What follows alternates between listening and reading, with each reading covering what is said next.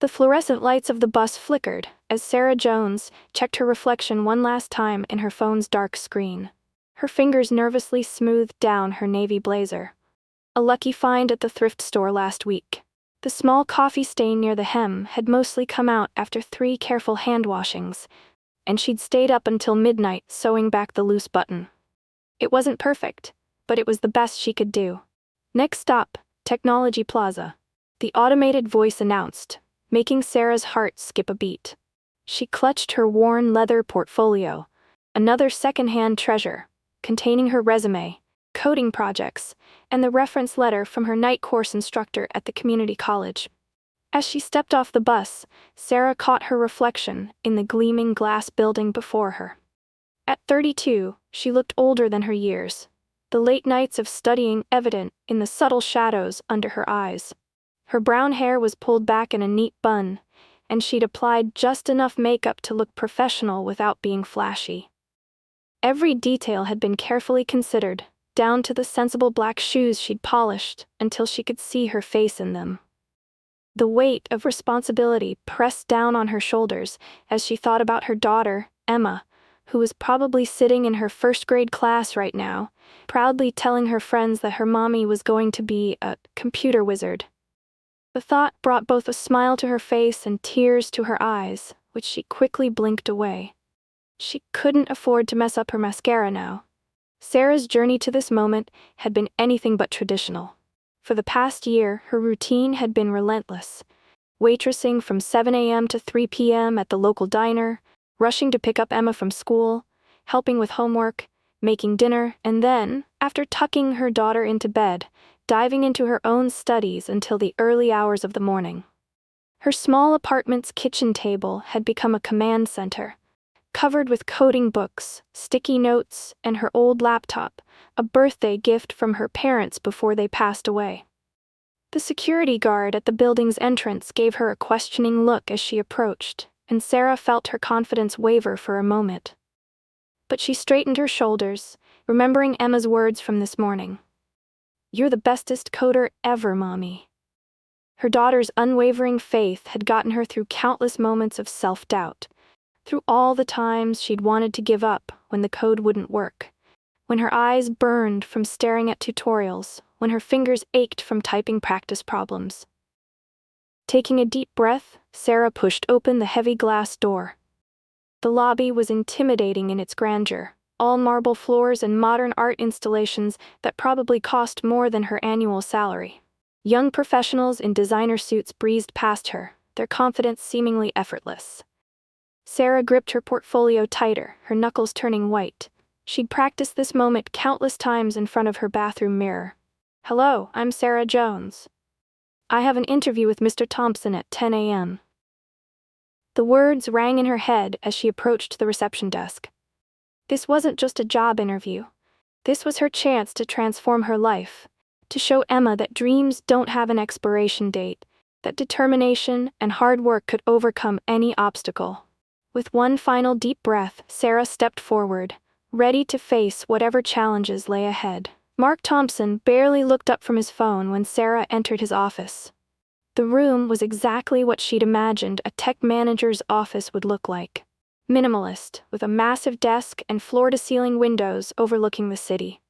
Multiple monitors displayed scrolling lines of code, and various tech industry awards lined the walls. "Take a seat," he said flatly, still scrolling through his phone.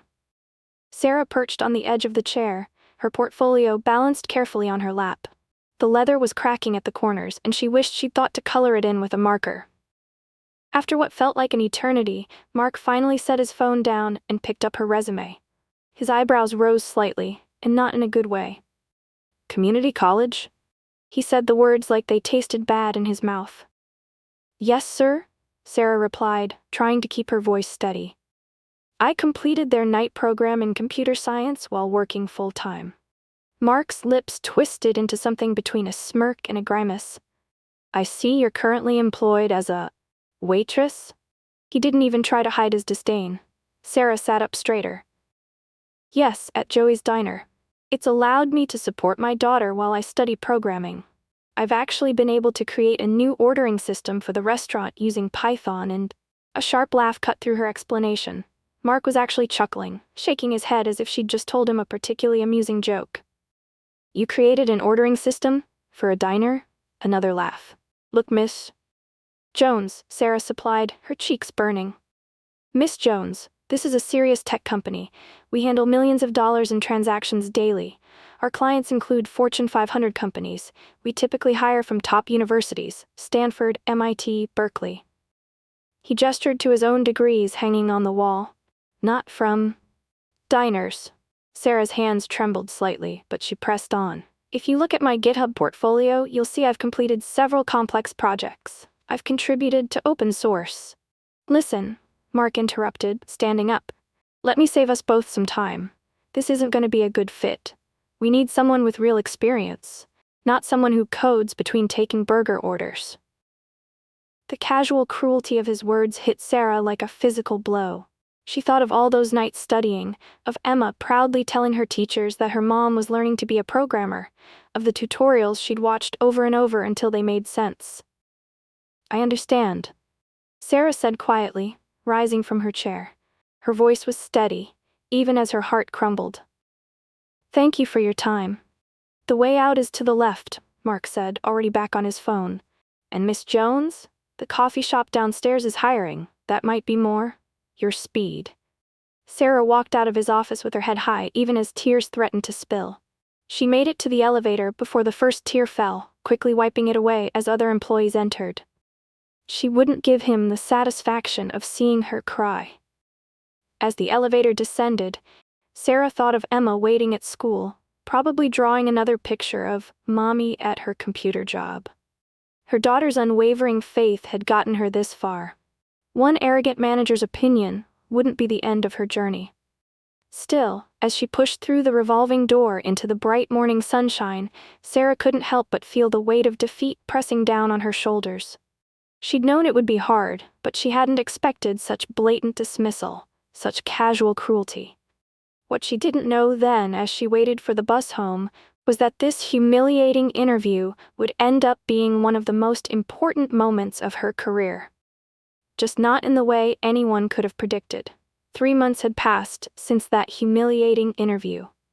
The corporate headquarters of Thompson & Chen Technologies buzzed with its usual Monday morning energy.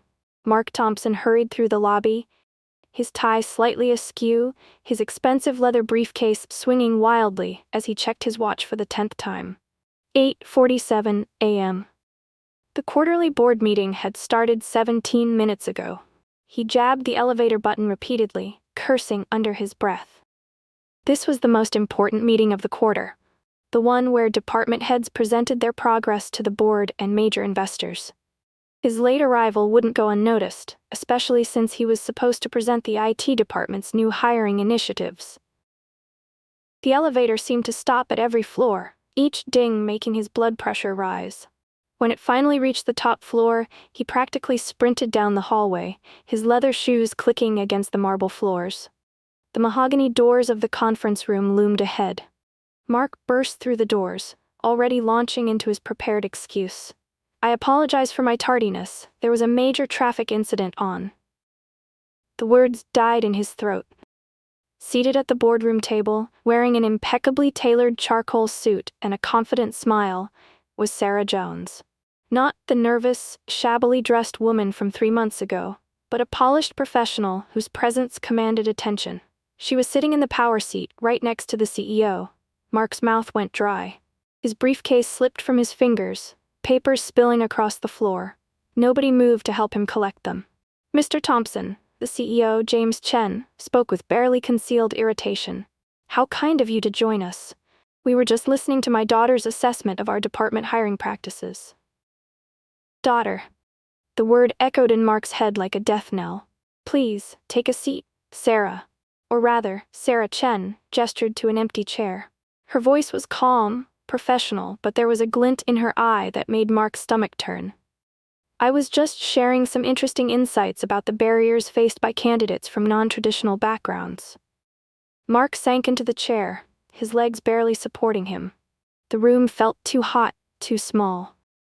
Around the table, board members and executives watched him with varying degrees of disapproval and curiosity.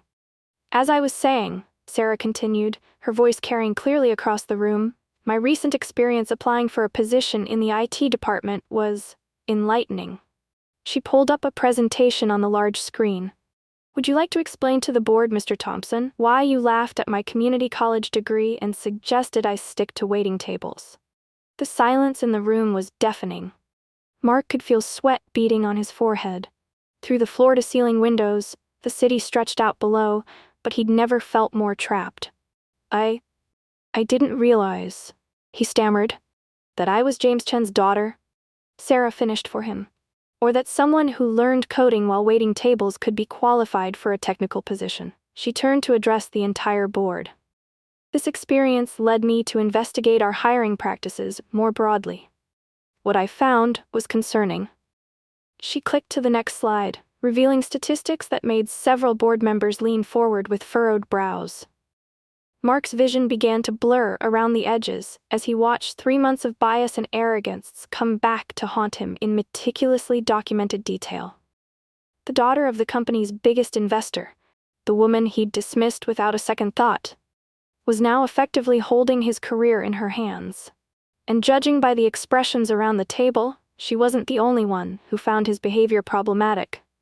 As Sarah continued her presentation, Mark slumped in his chair, realizing that his world was about to change dramatically. He just didn't know yet how much. The boardroom remained tense as Sarah stood at the head of the table, her presentation concluded. The morning sun streamed through the windows, casting long shadows across the expensive mahogany table and illuminating the uncomfortable expressions of everyone present. Now, Sarah said, her voice measured and professional, I'd like to address the elephant in the room. She turned to face Mark directly. Mr. Thompson, would you care to explain your hiring philosophy to the board? Mark's collar felt too tight. He loosened his tie slightly, aware of all eyes on him. Miss Chen, I want to apologize for my behavior during your interview. Had you known I was James Chen's daughter? Sarah interrupted, her voice sharp but controlled. That's precisely the problem, isn't it? The fact that you would treat anyone differently based on their perceived status or background? She walked slowly around the table, her heels clicking purposefully on the hardwood floor. Let me refresh your memory about that day, Mr. Thompson. You spent exactly 7 minutes with me, most of which you were looking at your phone. You laughed when I mentioned my community college education. You suggested I was better suited to staying in food service. And then you dismissed me with directions to the coffee shop downstairs. Several board members shifted uncomfortably in their seats. James Chen's face had turned stormy, his knuckles white as he gripped his pen. But here's what you didn't bother to learn during those 7 minutes, Sarah continued. You didn't learn that I graduated top of my class while working full-time and raising a daughter alone. You didn't review my GitHub portfolio, which includes contributions to 3 open-source projects.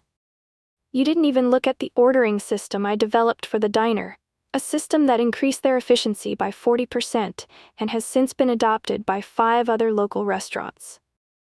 She pulled up a new slide showing her coding projects and achievements. And most importantly, you didn't learn that Rivera Tech, your biggest competitor, offered me a position as their head of development the very next day, a position I accepted. Mark's face drained of color. Rivera Tech had recently launched several innovative products that had eaten into their market share. Products that, he now realized, probably had Sarah's fingerprints all over them. I'm not here for revenge, Mr. Thompson, Sarah said, her tone softening slightly. I'm here because my father asked me to evaluate our hiring practices and suggest improvements, and what I've found is deeply troubling. In the past year, our IT department has hired 37 developers. 35 of them came from the same 3 universities. All of them followed traditional career paths. The diversity of thought, background, and experience in our development team is practically non-existent. She clicked to another slide, showing Rivera Tech's performance metrics. Meanwhile, at Rivera, where we actively recruit from coding boot camps, community colleges, and yes, Even self-taught programmers who work in diners, we've seen a 200% increase in innovation output. Our bug resolution time has decreased by half. Employee satisfaction is at an all-time high." The CEO cleared his throat. "Mark, do you have anything to say in your defense?" Mark opened his mouth, closed it, then opened it again. I was wrong," he finally managed. "My biases, my prejudices, they've clearly been damaging to the company. I apologize." "Apology accepted," Sarah said firmly. "But apologies aren't enough, we need systematic change." She turned to address the entire board. "That's why I've prepared a comprehensive proposal for new hiring practices. Practices that will help us identify and nurture talent regardless of where it comes from." The room was silent for a moment before James Chen spoke. "I think we've seen enough evidence today to warrant immediate action. Mark, you'll be reassigned to a non-managerial position pending a complete review of your department's hiring practices. Sarah, the board would be very interested in hearing more about your proposals." Mark slumped in his chair, his career effectively in ruins, while Sarah stood tall, commanding the room with a quiet confidence that no designer suit could fake. The same confidence she'd had 3 months ago, wearing her thrift store blazer, the confidence he'd been too blind and arrogant to see. 1 year later, the Thompson and Chen Technologies lobby looked very different. Gone was the intimidating minimalist decor, replaced by comfortable seating areas where candidates could prepare for interviews. The walls, once bare except for corporate artwork, now displayed success stories of employees from diverse backgrounds. Sarah's proposed changes had transformed the company far beyond anyone's expectations. The new skills-first hiring initiative had been implemented company-wide, with candidates evaluated through practical assessments rather than traditional credentials. The results were undeniable. In the IT department's common area, a group of developers huddled around a whiteboard. Among them was Maria, a former high school teacher who'd learned coding while creating educational software for her students. Next to her stood James, a veteran who'd taught himself programming during his deployment. They were both recent hires under the new system. Sarah walked through the office occasionally, not as an investor's daughter, but as a consultant brought in to oversee the transformation. Her own success at Rivera Tech had become legendary in the industry, and she'd used her influence to create a network of companies committed to inclusive hiring practices. The weekly coding workshops she'd started for non-traditional applicants had quickly outgrown the company's training room. They now occupied an entire floor, with experienced developers volunteering as mentors. On this particular evening, the space was filled with single parents, career changers, and self-taught programmers, all working together, learning and supporting each other. Mark Thompson was there too, though in a very different capacity than before. After his demotion, he'd had a choice: leave the company or learn from his mistakes. To everyone's surprise, he chose the latter. Now he sat at one of the workshop tables, helping a former retail worker debug her code. "The error's not in your syntax," he was saying, his tone patient and encouraging, a far cry from his previous condescension. "Let's walk through the logic together." Sarah paused in the doorway, watching the scene with satisfaction. Her daughter Emma, now 7, tugged at her hand. "Mommy, can I show them my game? The one we coded together?" "Of course, sweetheart," Sarah smiled, remembering those late nights at their kitchen table, now transformed into mother-daughter coding sessions. As Emma eagerly set up her laptop, Sarah noticed a familiar face entering the workshop. The same receptionist who'd witnessed her hurried exit that fateful day. Only now, the receptionist wasn't behind a desk. She was here to learn coding too. The company's quarterly reports told the story in numbers. Employee satisfaction up 60%, innovation metrics doubled, and most importantly, retention rates for new hires at an all-time high. The tech industry had taken notice. What started as one woman's humiliating interview had sparked a movement. Later that evening, as Sarah packed up her materials, she found a note on her desk. It was from Mark. "I'll never be able to fully make up for how I treated you that day. But watching these amazing people discover their potential I would have dismissed a year ago, has changed me forever. Thank you for turning your experience into an opportunity for others. Mark." Sarah pinned the note to the success story wall. right next to the worn blazer she'd worn to that interview, now framed as a reminder that appearance and background don't define ability. Below it, a simple plaque read, "Your past is your strength. Your determination is your qualification." As she left the building that evening, Sarah passed a young woman in the lobby, clutching a worn portfolio and wearing a carefully pressed but slightly outdated suit. Their eyes met, and Sarah smiled warmly. "Here for the coding workshop?" she asked. "Yes," the woman replied nervously. "I'm a cashier, but I've been teaching myself Python." "Perfect," Sarah interrupted. "You're exactly where you need to be." Because she knew, better than anyone, that sometimes the most impressive qualifications couldn't be written on a resume. They were written in the late nights, the endless determination, and the courage to try again after being told no. The next generation of tech talent was out there. Waiting tables, teaching classes, driving buses, and now, finally, they had a chance to be seen for what they could do, not where they came from. Hey there. I hope Sarah's story touched your heart and maybe even inspired you a little. You know, we all face moments where others underestimate us or judge us too quickly. But it's amazing how those challenges can lead to incredible changes, not just for ourselves, but for others too. If this story resonated with you, I'd love to hear your thoughts in the comments. Have you ever been in a situation like Sarah's? Or maybe you've witnessed someone being unfairly judged based on their background? Your experiences and insights could really inspire others. Don't forget to hit that like button if you enjoyed the story, and please subscribe to stay updated on more heartwarming stories like this one. Sharing is caring. If you know someone who needs a little motivation today, this story might be just what they need to keep pushing forward. Remember, your background doesn't define your potential. What truly matters is your dedication, determination, and the courage to keep going even when others doubt you. See you in the comments section.